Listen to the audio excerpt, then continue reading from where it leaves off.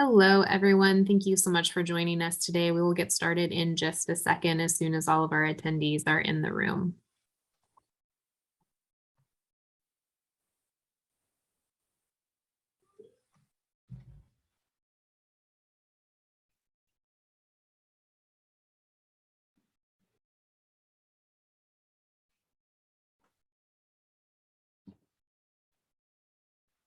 Good afternoon. I am pleased to welcome you to a UCSF Health Hub Digital Health Awards webinar with Mendel, one of our 2022 UCSF Health Hub Digital Health Awards sponsors.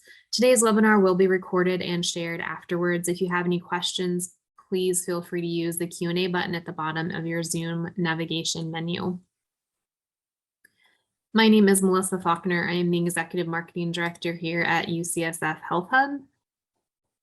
Our mission at UCSF Health Hub is to help the next best digital health companies develop ideas, validate, and scale. We do this in a few different ways. We host events and webinars in person, online. We have a Connect matching program that matches entrepreneurs to an investor, an advisor, mentor, or clinician to help their company grow. And last of all, we host the Digital Health Awards, which seeks to find the best in upcoming, most disruptive and impactful digital health companies in 10 different categories. We just announced our list of 120 amazing finalist companies, and our winners will be announced at our grand finale on November 14th at the Zouk nightclub in Resorts World on the Las Vegas Strip. To get us started today, I will now introduce Kareem, who is the CEO of Mendel, who will be hosting this session. Thanks so much, Kareem.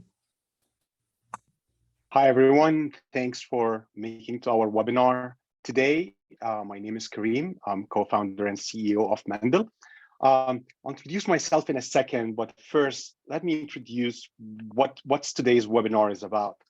And let me share my screen. Everyone was making fun of my technical skills. Awesome. All right. So what is gold standard? Human abstraction has long been considered the gold standard when it comes to extracting clinical facts from the unstructured data. And with the rise of NLP today, we are facing a problem. We don't know how to evaluate new technologies. Is technology X better than technology Y? And is technology in general better than human abstractors? And that's the topic of today's session, is like, what is gold set? What's the gold standard? And how do we compare different tools against it? As I said, my name is Kareem. My background is medicine, so I'm a physician by training. I started Mendel 4 years ago with the mission of making medicine objective. The practice of medicine today remains to be very subjective because we can't learn from the journey of every patient. And the mission of Mendel is to change that by building the world's first AI indexing tool that, think of the internet without Google, you should think of medical records without a company like Mendel. Joining me today is Zeke from University of Pennsylvania and Viraj with Ontada. We can start with a quick round of intros. So Zeke, you want to get us started? I'm Ezekiel Emanuel. I'm a oncologist. I'm a professor at the University of Pennsylvania, both in the Perelman School of Medicine and in the Wharton Business School. I'm a vice provost for global initiatives, and I co-direct our Healthcare Transformation Institute at the University of Pennsylvania. Thank you for joining us. Viraj? Yeah, thanks, Kareem. And also want to thank UCSF, Zeke, and the Mendel team for bringing together this panel of thought leaders and the discussion. I'm really looking forward to it. So I'm Viraj Narayanan. I serve as the Chief Commercial Officer of Ontada. My legal team always reminds me before I move forward that the views that I express today are my personal views and not that of McKesson. Ontada is part of the broader McKesson ecosystem. I've been with Ontada for about 10 months. Prior to Ontada, I was 5.5 years at Coda, which is a real-world data analytics company. I most recently served as the general manager of the life science business there. Prior to that, a decade in management consulting to providers, life science companies. Started my career working on the biotech. And actually, in fact, about 20 years ago, Zeke, I had a short project as a stint as a project annotator for a professor named Arvind Joshi at the Computing Linguistics Department at the University of Pennsylvania. So I've been thinking about this problem of data and technology for quite a while, and excited to bring it all together today. Thank you. Viraj, also maybe we can start by giving us an intro about Ontada, the origin of the company, and what's the mission. We have a couple of slides here, but it would be awesome to go over overview over Ontada. Yeah, absolutely. So Ontada, as I mentioned, is part of the broader McKesson ecosystem, which includes US Oncology, Onmark, and a number of other businesses. But Ontada in particular is focused on managing the electronic medical record, which is called iKnowMed. It's an oncology-specific medical record. We have over 2,700 oncologists throughout the US that use this EMR on a daily basis. And that the network represents about one out of every 12 cancer patients within the US. So it's a quite a substantial network. We also partner with biopharma to, as you can imagine, we generate a huge amount of data, almost a terabyte of data a month, to give you a proxy.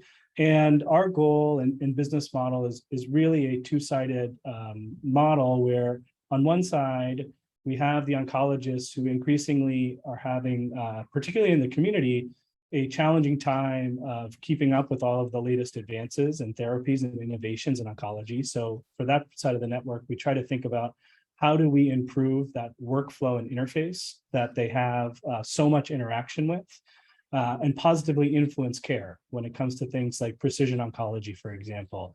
And then on the other side of the network, we have biopharma, who's increasingly interested in this data, both from an R&D perspective and thinking about how can they accelerate drug discovery with data, as well as on the commercial side of the house, where they're interested in understanding after a drug is approved, what are the treatment patterns, sequence, et cetera, in market.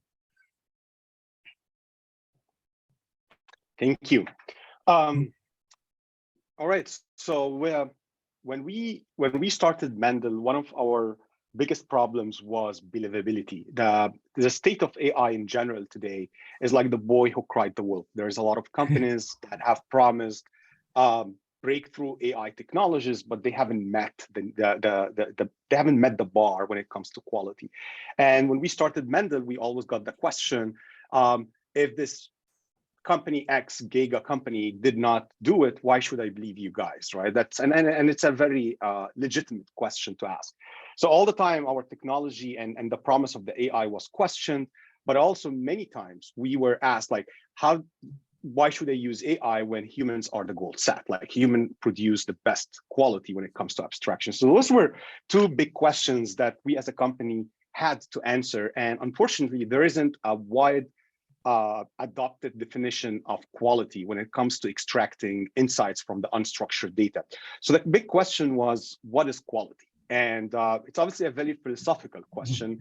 And that's the reason why I have this t-shirt today. But I was introduced to this book, Zen and the Art of Motorcycle Maintenance. And it's a very interesting book that basically deals with the question of what is quality? What is the definition of quality? And when you think about it, quality is very hard to be defined, because usually definitions has to do with rigid, reasonable kind of concepts, and quality is not. For example, the knowledge of, like, good knowledge of English grammar doesn't make someone a poet, right? It doesn't make someone high quality author. And the same applies to everything. Quality is, there's two dimensions of it. One is very rational, but the other has to do with intuition. And we took it on us here at Mendel to come up with a framework or a definition for quality when it comes to clinical abstraction that basically includes both the intuition and the science, the art and the science of it. And one thing that the author suggested in this book is, to define quality, let's talk about what is not quality. And what we have found in Mendel is that first, sorry, give me 1 second here.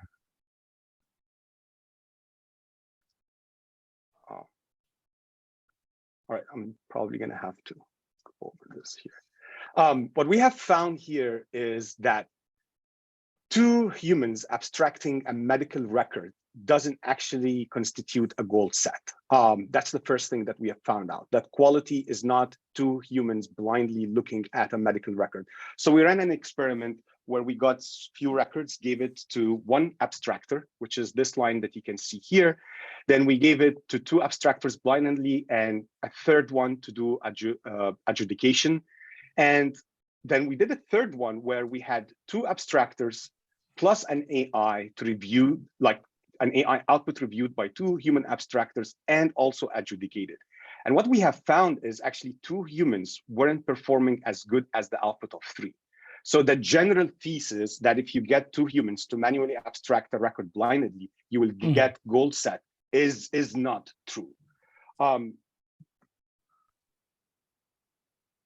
What we have also found, the general thesis that humans are better than machines is not true, and that machines are better than humans are also not true. It actually depends on the endpoint. So what we have seen is endpoints like morphology. You find humans and AI actually matching each other when it comes to quality. When you look at things like medications, for example, you actually should expect the AI, like biomarkers tested or biomarkers, you actually see the AI doing better than humans. But on certain endpoints, both humans and AI actually weren't performing well. The third finding that we got was that acceptable quality isn't one size fits all. It actually depends on the data variable that you're extracting from the record. And we came up with this interesting framework where some endpoints are hard for both humans and AI. And those endpoints, if you look here, has to do with subjectivity, like outcome and response. Two humans looking at a medical record may have a different sense of judgment. And that's, again, where the intuition piece comes into play. So this is a task that's hard for humans, and you should expect it to be hard for AI because it's, at the end of the day, trained by humans. So if two humans can't agree, you cannot expect the AI to do better than them. And then there's some endpoints that are actually very hard for humans, but fairly easy for the AI. And those has to do with energy. So for example, if you try to extract all biomarkers and all medications that the patient has mentioned, like has in the record, you have to read, like, let's say a 500 pages record. Humans get tired and the machines don't. So this is a task where machines will outperform humans because machines are scalable and more efficient when it comes to energy spend. And you can see here that this became more, the question of quality became not a general question, it became a question of what data variables are you expecting to extract from the medical records. Now, with all those findings, we came up with a very interesting concept, the concept of alpha analytica. And alpha analytica is the acceptable threshold for AI performance. And bear with me a second here. Again, this is part science, part art. So let's go over this curve. What we are saying is, if you look at one human abstraction, the blue line, looking at different data variables, and then you put an AI, you'll see a very interesting pattern where humans are doing good, AI is fairly doing good, and where humans are doing poorly, AI is also doing poorly. Sorry. And what alpha analytica is, it's basically saying AI, if the AI is performing with an error with a 20% lesser accuracy than a human, that should be an acceptable threshold for two reasons. Reason A, because humans at the end of the day are doing 1,000 records, let's say, in a year. An AI can do 1,000 records in a minute. So does the scale, like the sample size, compensate for that error rate? That's one.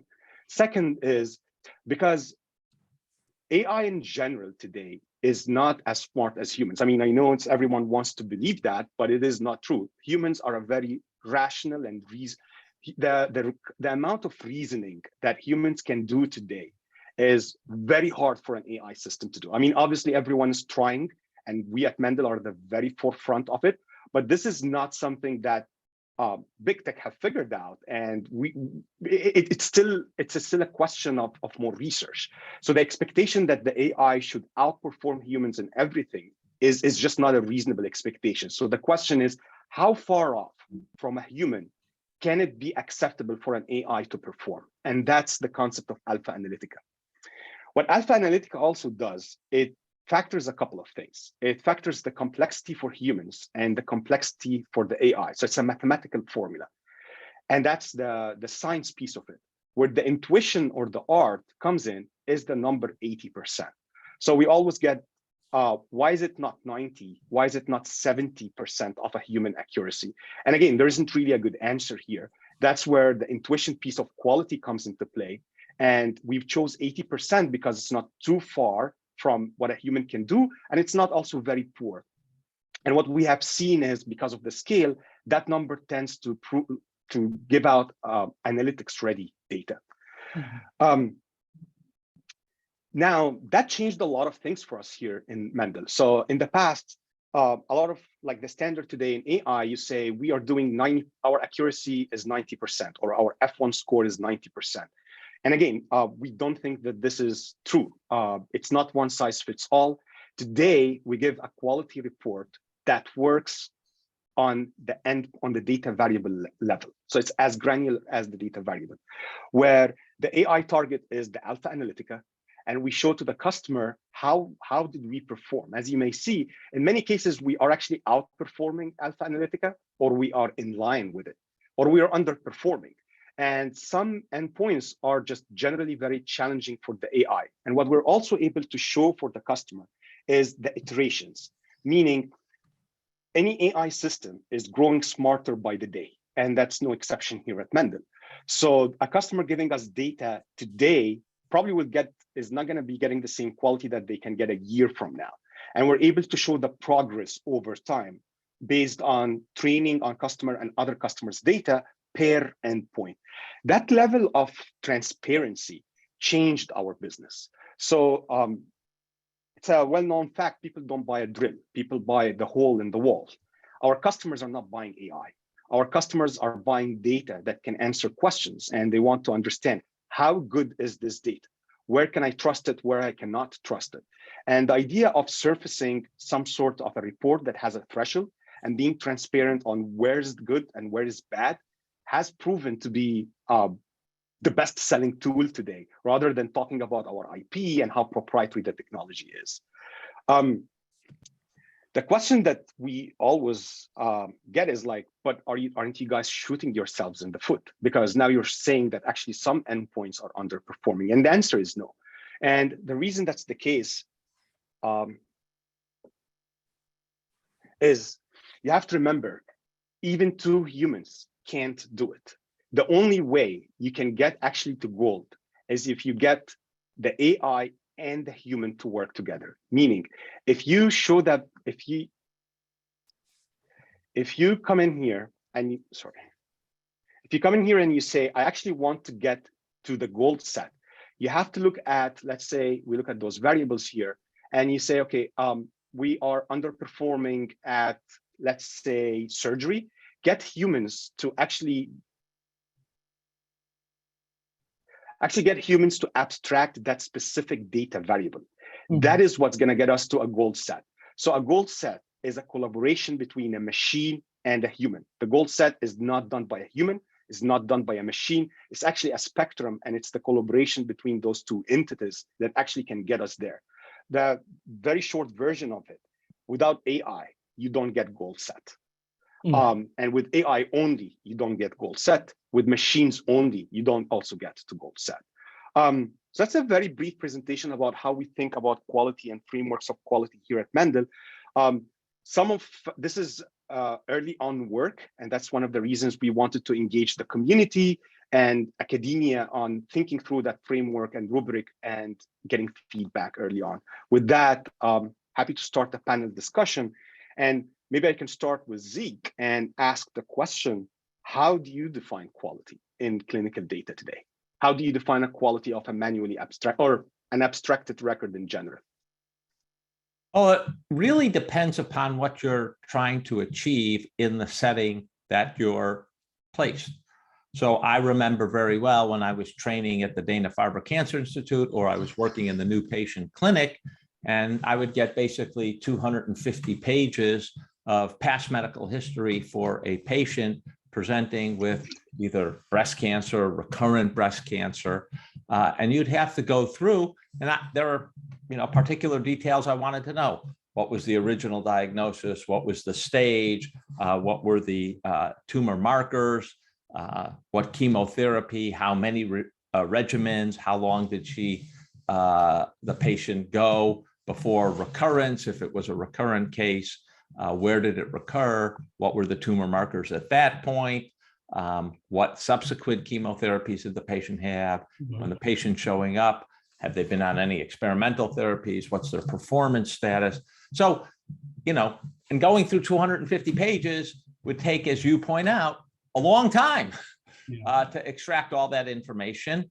And you had a rubric in your head of the kind of detail of past medical history that you needed to know to make intelligent clinical recommendations to the patient. On the flip side, if you're trying to enroll a patient in a clinical study, right, you need to know what the inclusion criteria are, and you need to be able to extract from the patient record those clinical inclusion criteria. And getting that information is critical.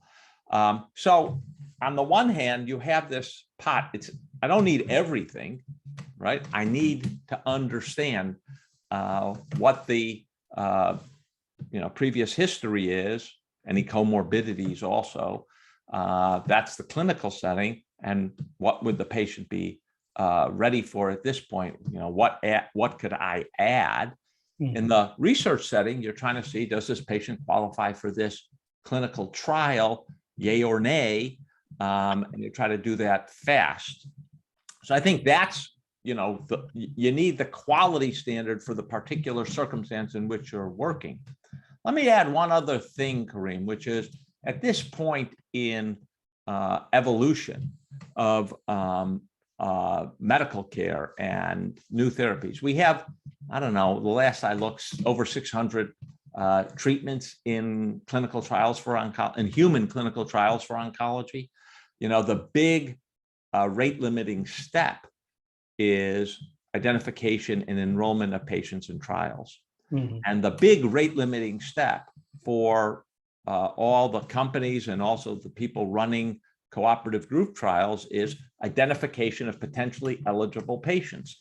And I think lots of progress could be had if we had suddenly a pool. You could say, here are 10,000 patients that are eligible, fulfill the eligibility criteria for your trial. And, whatever it is, 34 of them are at your institution. X number are at different institutions that you have relationships with.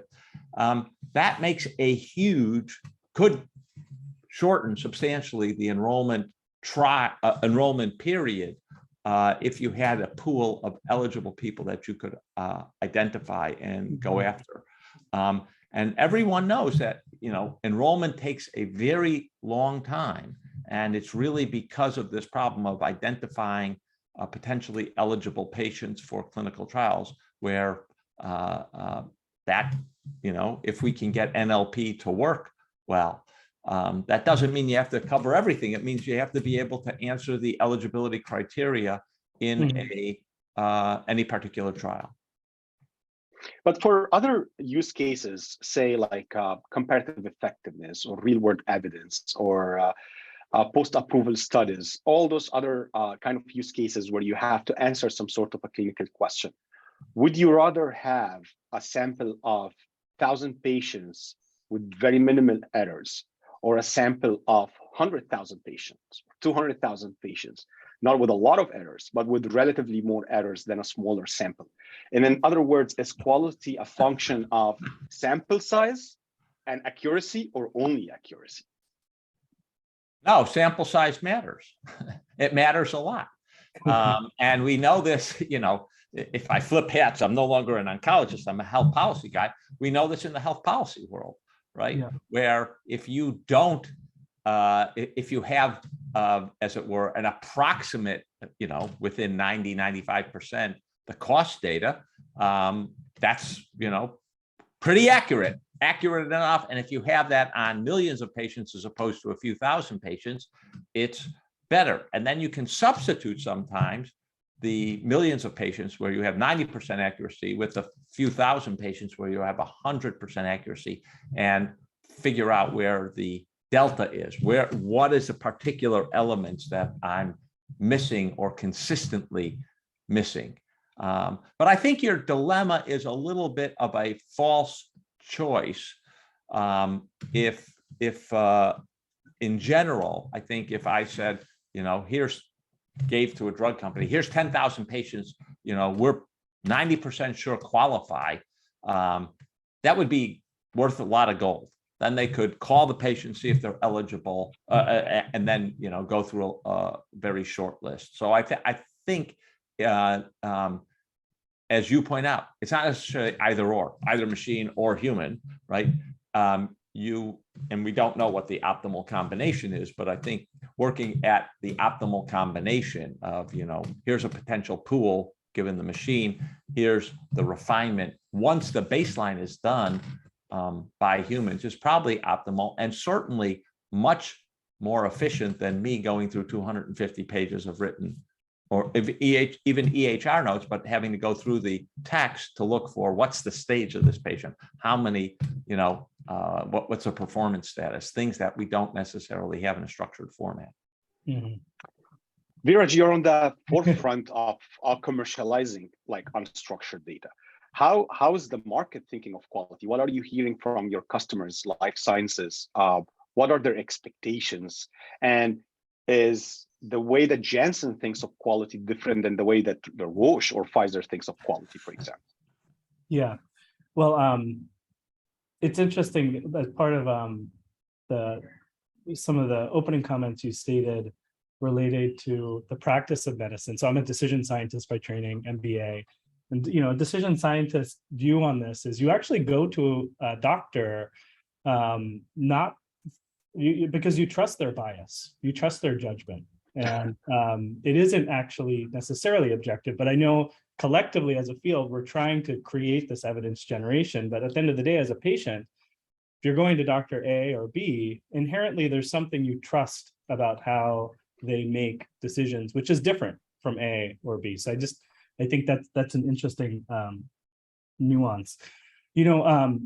Part of the fundamental issue here is acknowledging just how the healthcare system in the US is set up in electronic medical records, where the majority of information that is inputted that is clinically relevant is not in the structured fields, it is in the unstructured fields. And so if you think about that as the primary interface that the doctors are working with, step one is, well, what can you do about that? Is there anything you can do about that? And so related to answering that question, the way we think about it is, how do we partner with the doctors to better inform the storefront, if you will, that they're interfacing with, to get more accurate and relevant information inputted upfront? Because if we can do that, we can cut out some of the pain of the situation. Then the second part of the question is, how do you meet the healthcare system where it is, acknowledging that things are probably not going to change and we need to harness this information. So as you showed in your presentation, a lot of this information, whether it's a response to treatment, biomarkers or treatment discontinuation, is in the unstructured fields. And the reality is, to get to scale, as you were talking about, you could throw a lot of human clinically trained abstractors at this, but it could take hours. Zeke, thinking back to the example you gave, it could take hours to do a single chart. And so there's now these methods, and technology companies like Mendel have really advanced these kinds of technology methods, ML, NLP, AI. And as we've experimented internally with our own linguomatics, it's clear that there is a lot of variability across certain data elements, like you were pointing out, a biomarker versus response to treatment. But internally, when we run those experiments, if you will, we still maintain a gold standard. And for us, it is the annotators. We still use the clinical annotators for that whatever we're isolating for. And we have to do a comparison, because in the absence of that, we don't really have a point of view on how accurate they are. So we still do that today. Now, circling back to your question about the gold standard of a Roche versus a Janssen, I do very much think it depends. Because if you think about, let's say, the commercial side of biopharma, they're interested in things like velocity, so high, data that's coming very rapidly, and they like breadth. They want as much scale or volume as possible. Do they care about accuracy as much? I would argue no.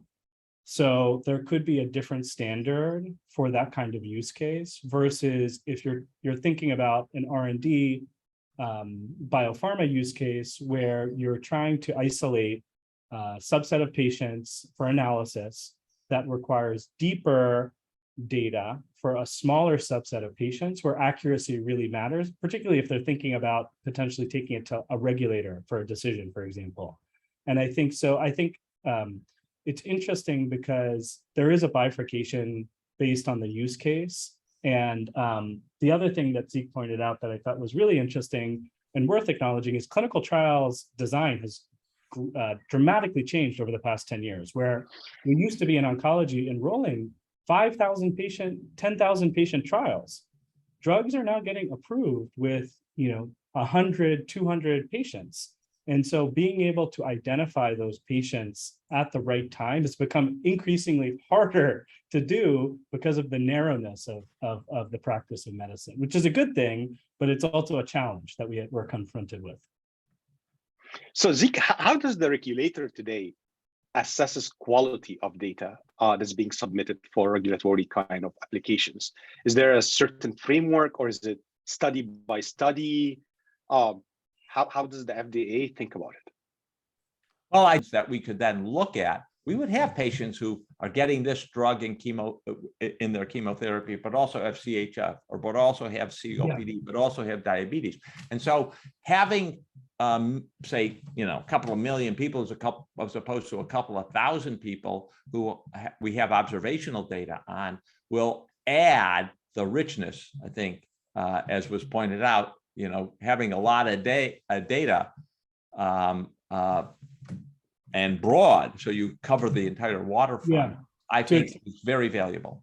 Yeah, there was an article I recently read, I think it was in Endpoints, that speaks to this point that you're making, Zeke, which is for accelerated, and FDA Commissioner Califf was talking about this, for accelerated approvals, if the sponsor does not have a confirmatory trial at the time of that approval, the average time for withdrawal is 7 years, meaning there's 7 years of time that the population is getting this treatment, versus if that confirmatory trial is running at the point of approval, the average withdrawal time was 3 years.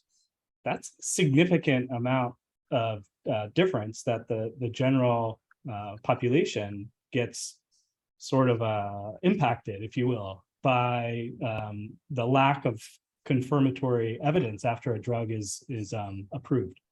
Yep. The expectation is that in the next 10 years, if not even less, every clinical trial is going to have some element of real world evidence or real world data combined with it, and especially when it comes to oncology and other therapeutic areas where unstructured data plays a big role.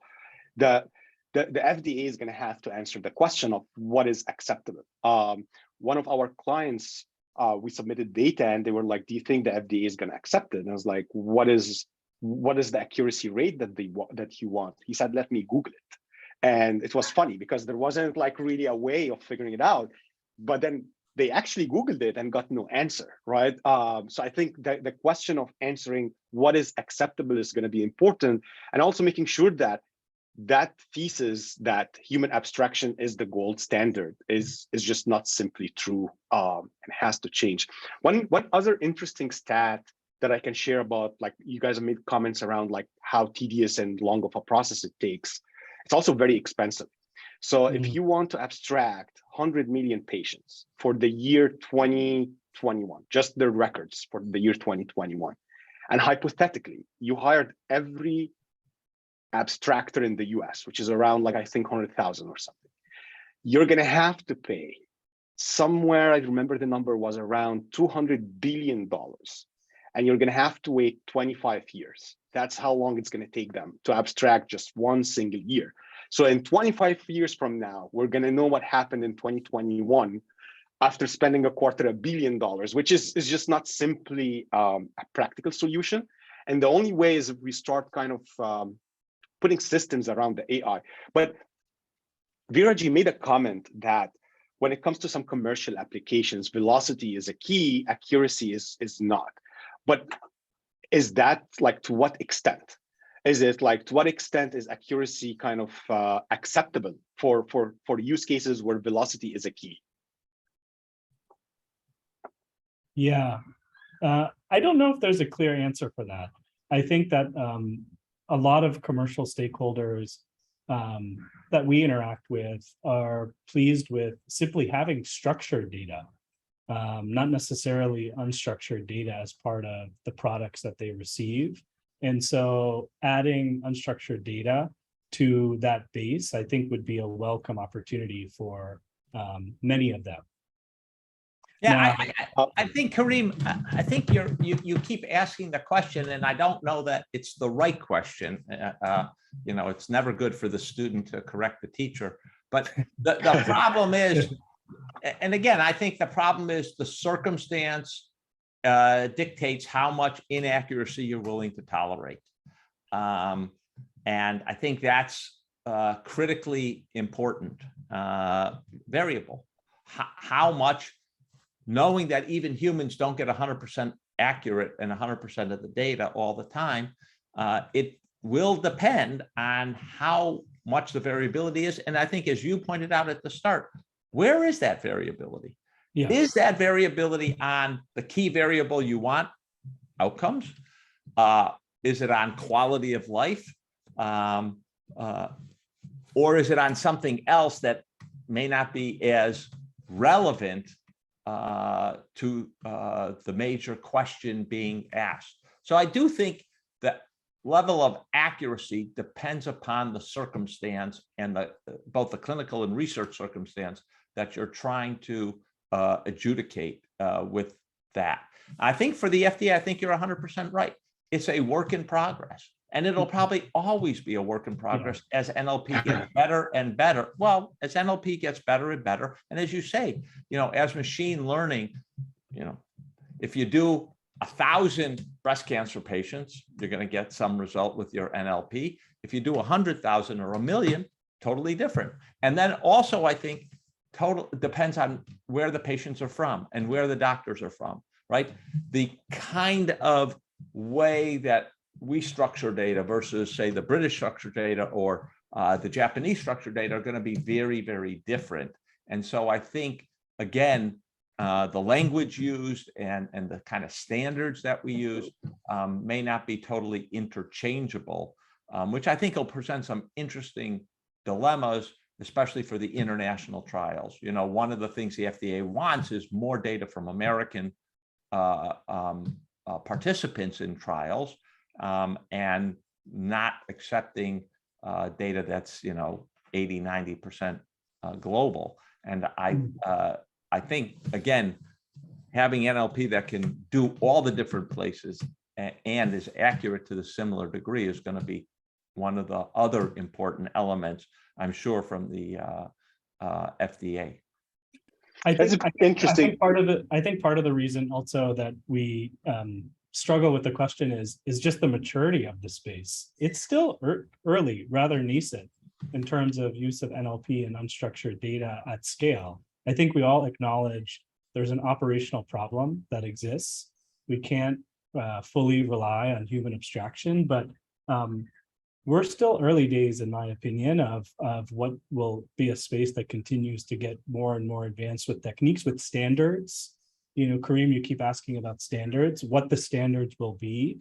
But what I think will happen in the future is, if we think about data as a product, if you will, we'll have different types of products with different types of standards that become more agreed upon standards from an industry perspective. I don't think we're still in this gray area given FDA guidance and the fact that sponsors themselves are trying to get educated with what goes underneath the hood. You know, sort of an elephant in the room here is sponsors are not, they're a little bit disconnected from the actual clinical workflow of real world data, real world evidence. They're relying on the partner to expose what is happening in the EMR. So they're a little bit arm's length too from that process. And I think they themselves are trying to get educated on, well, what's the machinery behind this? How did you calculate this? How does this work? Because it's not necessarily, it's the way that they've been set up is they don't have that direct access. Well, one of the challenges that poses on companies like us is how can we guide our AI teams, right? So when you hire an AI scientist from outside healthcare and they get to know that there isn't actually well-established like benchmarks, they go crazy. Because when is it that they should stop working on one data variable and move to the other, right? Like, for example, date of last surgery. That's basically 3 NLP tasks. You need to understand what is a surgery, what is the last one, and what's the date when the doctor said 2 weeks ago the patient came in for a surgery and they're never mentioned 2 weeks ago from when, right? So this is like 3 different data variables and pretty complex task. Should be 60% accuracy is the end, like the finish line, let's move on to the next one, or should they spend the next decade kind of working on that one single data variable, right? Just to answer. So it's an interesting challenge even for AI companies on how to govern their R&D efforts and in which direction they should go on. Welcome to the club. To that, yeah, healthcare is not easy for technologists to understand. To that extent, is there certain data variables, Zeke, that you believe, especially in oncology, should be a top priority for any kind of project to include? Is they like time, dates, or outcomes? Is there like certain set of data that's like must Well, have? I went through at the start. This is certainly not exhaustive. I'm standing on one foot, right? You want to know the past chemotherapies the patient had. You want to know how many rounds they got of it. You want to know what their response was to it in terms of, tumor shrinkage or and how long that lasted. You want to know their performance status now, stage at original diagnosis. And I think it's also important, I would say, Karim, you actually give a very good example. Do I need to know that it's whatever it is, October 27th, 2022 that you got the operation, or is October 2022 good enough? Probably October 22 is good enough, right? I don't need the date and the time that surgery started or concluded. So I think, again, the wiggle room around these things is possible. And I need to know 6 cycles of X and, commenced in January, ended in June. I don't necessarily need the day of every, and I need to know, were any postponed because of side effects, low counts, or whatever the complication was. So I think that's the level that's necessary. The other thing that is important is the degree of, or what side effects patients had and how severe those side effects were. There's a standardized protocol for that. Not everyone records on the standardized protocol. So being able to, assess that from the record, I think is going to be another big challenge, because drug companies do have to report, how severe were those side effects. It seems like the intuition piece of the quality equation here is higher than the science piece out of it, actually. Well, the science piece, look, the science piece is relatively easy for you. It's the intuition piece that's relatively hard for you. And by the way, it's not just hard for the machines, it's also hard for the people, right? Yeah. Viraj, any interesting projects that you guys have been working on using the unstructured data with your customers lately? This is an area that we are consistently looking at from a scale perspective. That's one of our primary objectives, is how do you scale and get value from large data sets? And so a lot of the internal operational metrics we look at are things like, okay, on average, if you were to use a human to do a full chart, how long would it take?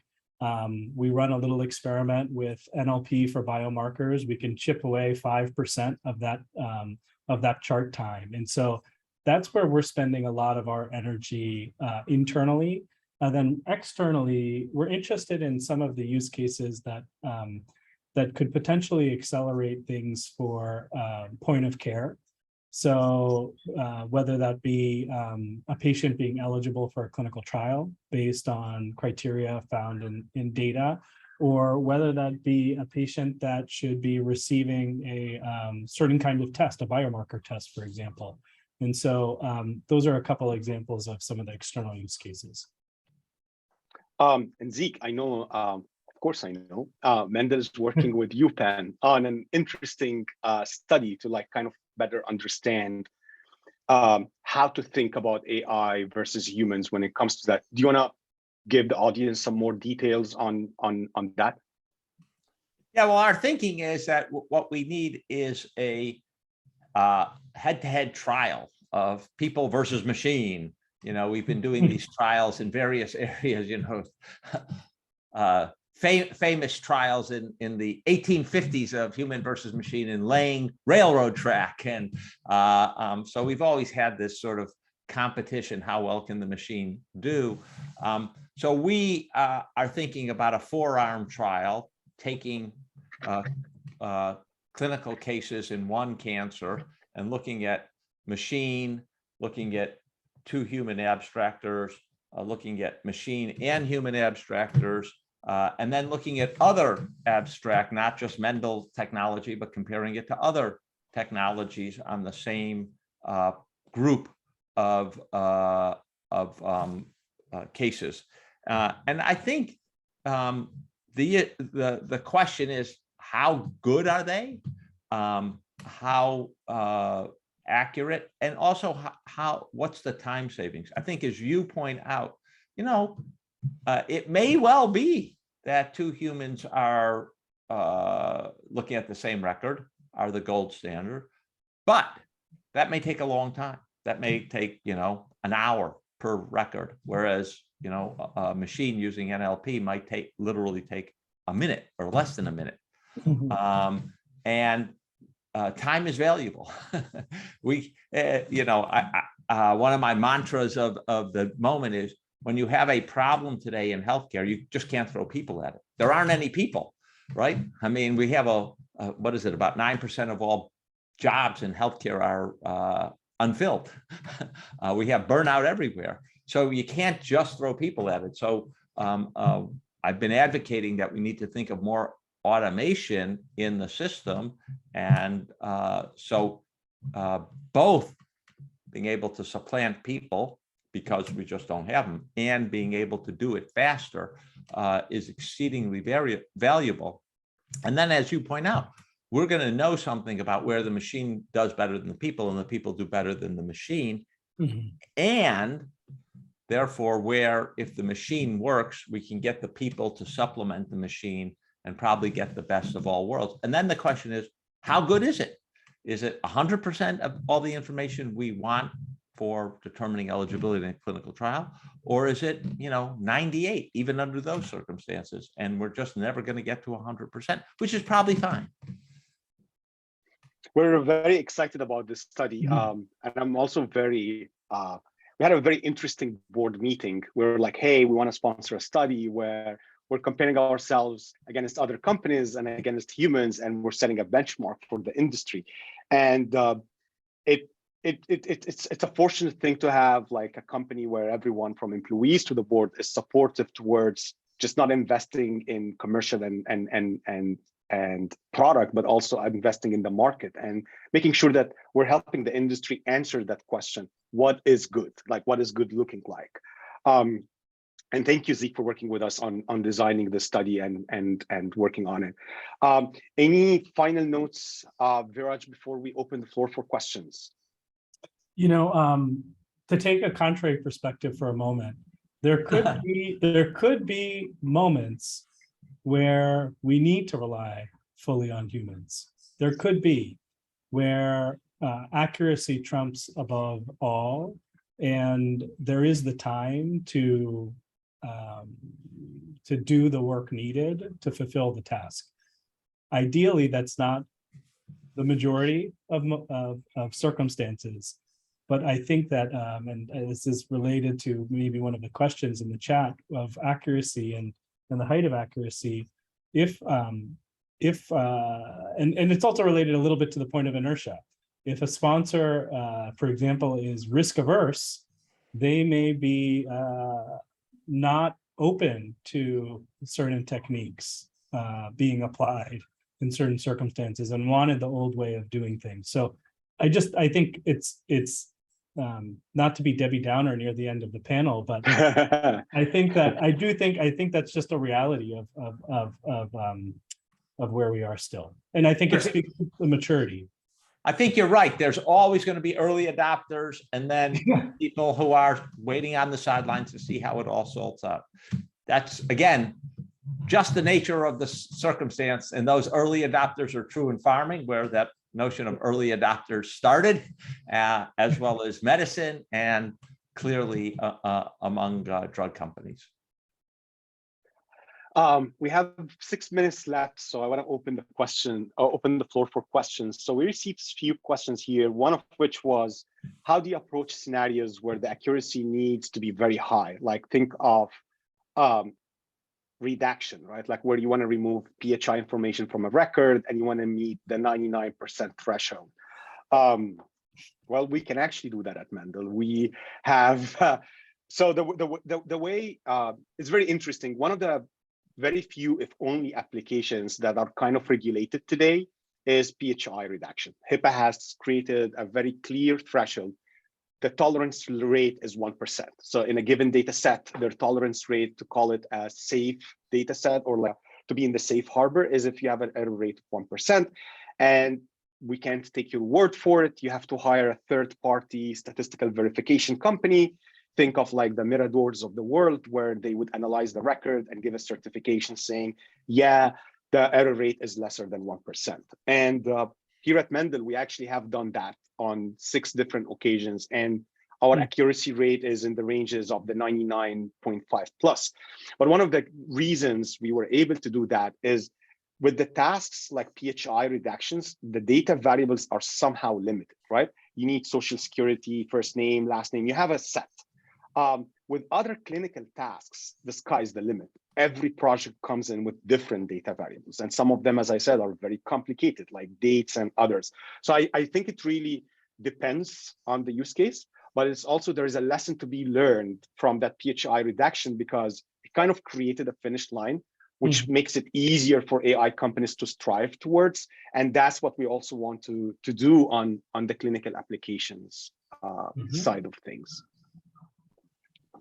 I think the other question that we got is around the goal sets, and an effective goal set of a record could be established by many humans, say like a panel of 50 physicians, along with several AI systems. And then perhaps we do need an approach where we don't need 2-3 abstractors. We need 2-3 abstractors plus AI. I think the question is, are there efforts, historical or current, to establish a rich gold set of records? Is there like a universally accepted definition of a gold set? Zeke, Viraj, you want to take a stab at this question? No, I think the answer is no. And, you know, I think what you're trying to suggest is, do we have a kind of like the, 1 meter, bar that everyone agrees is the meter bar? I think we could do that. The question is, it's going to be in some specific area, and then you're going to need another 50 or 100 or 200 records. It depends what the right number is in every single area you're going to develop. I don't think that's quite going to work or quite be the answer for us. So I'm not sure having 50 people go over 200 records is the right answer, is going to establish what we need, because it would be too laborious to do it for all the kind of clinical cases. Even in cancer, it would be very laborious given the number of different kinds of cancers. One last question we have here. How is Ontada processing its unstructured data today? What have you tried to date? We've used a combination of human and technology-based solutions. So we have a clinically trained workforce that goes through a set of quality training and measures things like inter-rater reliability, double-blind abstraction, all of the methods and standards that have been established for human abstraction. And then we have a combination of that with technology forward approach where we're experimenting and looking at ways at doing things like pre-population at a basic level to maybe the next level being guided abstraction. So, hey, look here for a fact. And then I would say the third level is actually obtaining the fact or understanding the context. So we think that the field has advanced over the past 3 to 5 years, and technology should play a critical role, especially as we think about scale. Awesome. Right on time, 1:59. Thank you so much for taking the time today for the webinar. Thank you, Zeke. Thank you, Viraj. Thanks for all the folks who have attended. If you like my t-shirt, send us a note on the website. We will ship you one. But thank you again. Thank you for taking the time. Thank you. Thank you guys so much.